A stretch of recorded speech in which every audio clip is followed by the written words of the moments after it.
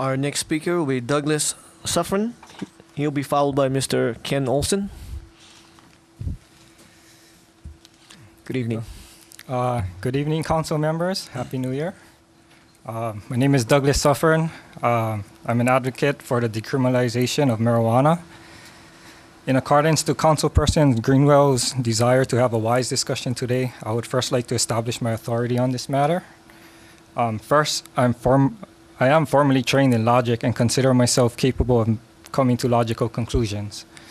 Second, I had been a part of the marijuana community in the past for more than a decade, and I know firsthand the drug and the social ramification of the drug being illegal. Last, which is my emotional appeal, is the fact that marijuana had helped me to survive my adulthood. Manic depression and alcoholism affects the males within my family. I often think that if I had taken to alcohol instead of marijuana, I would be dead or in bad physical shape. I can count on one hand over the period of 10 years where I haven't smoked marijuana. Imagine if I drank every year, every day for 10 years, what that would do to me. I'm 35 years old, look at me. I think I look pretty good for 35. Okay, so with that, from a utilitarian perspective, which is doing what is best for the majority of the people, decriminalizing marijuana is the appropriate thing to do. I don't have time to go over a lot of them, obviously, but I did want to hit on two important points. The first is the idea of sin, because dogma should have no part in our politics. I support Aristotle's idea that the good life is lived through moderation, and what is bad for you is taking anything to one extreme or the other. Therefore, drug use in and of itself is not wrong, and free persons should be allowed to put whatever they want into their bodies. What would make drug use wrong is the abuse or compulsion of it. The same reasoning could be applied to eating unhealthy foods, which is legal. Without moderation, a person becomes unhealthy. The second point, reintroducing the utilitarian ideal, is the example of companies using drug testing on their employees. Most marijuana users have no more trouble functioning in our society as someone who chooses to enjoy an alcoholic beverage or two at the end of the day. Yet, because of drug testing, many marijuana users 30 seconds. cannot obtain or maintain a decent job. Therefore, instead of becoming productive members of our society, they become dependent on social services such as healthcare and EBT, all paid for by taxpayers. Or many choose to do under-the-table jobs or illegal activities to supplement their income, which produces no tax revenue for our Commonwealth. In short, drug testing creates a community of second-class citizens for marijuana users, which is wrong. All of this because of a bad law that needs to be changed. Thank you. Thank you, Doug. Our next speaker is Mr. Kent Olson. He'll be followed by Tyson Black. Mr. Black, please come forward. Aloha. I'd like to thank the council for even considering this resolution. I think it's long overdue, actually. As a person who smoked marijuana for probably 30 years now, I think I'm a high-functioning member of society.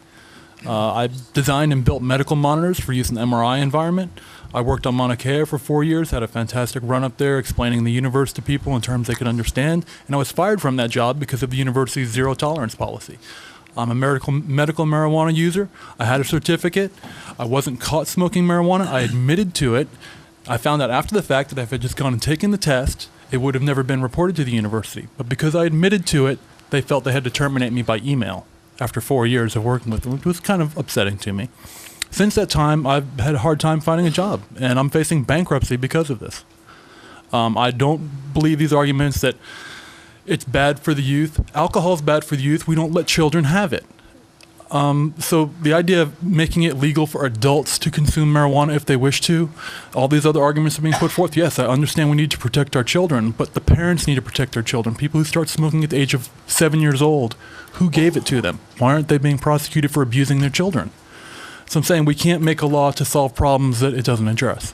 So I'm very happy that this resolution will be going forward. I hope it goes forward to the state because it needs to be handled not just at the county level, at the state level, and also the federal level.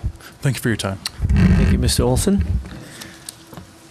Our next testifier is Tyson Black. He will be followed by George Clare. Mr. Clare, if you mind stepping up forward.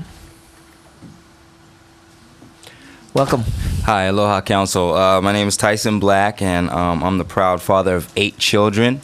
And according to the miseducation, in my opinion, of some of the children that we heard from earlier, I guess I'm one of those red-eyed, ugly, stinky monsters.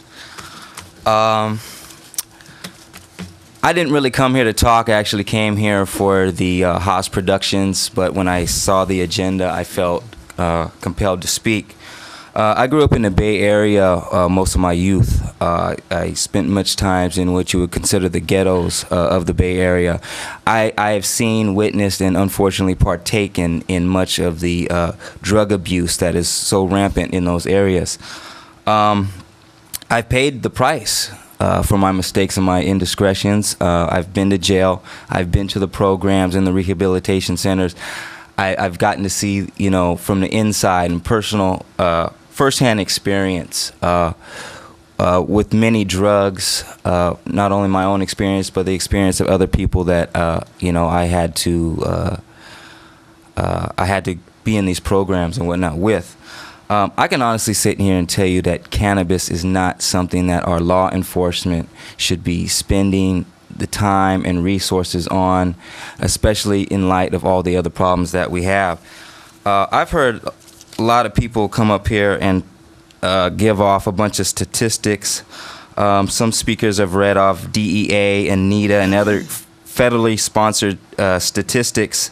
What they're not going to come and read you is the statistics on what's really harming and killing communities, from FDA-approved food additives and pharmaceutical drugs to alcohol and weakened immune systems. These are things that kill hundreds of thousands of people every day. Yet you're not seeing any, you know, big-time lobbyers lobbying against that, no indoctrinated institutions lobbying against it, because, you know, there's money to be made here. So something, when we talk about a substance that has not directly and solely killed one single person has never died from the direct or sole use of cannabis in a 5 to possibly 10,000 year history of human use. I mean, that's got to be a statistic that we have to really look at, especially when we are the most incarcerated nation in the world. 30 seconds. We're supposed to be the symbol of democracy, yet we're the most incarcerated nation in the world. And 90% of the people incarcerated for cannabis offenses are for simple possession, not for selling, not because they're avoiding taxes and dealing and growing, for simple possession. It's got to start somewhere. And I think the island and county of Hawaii is really the place that it should start.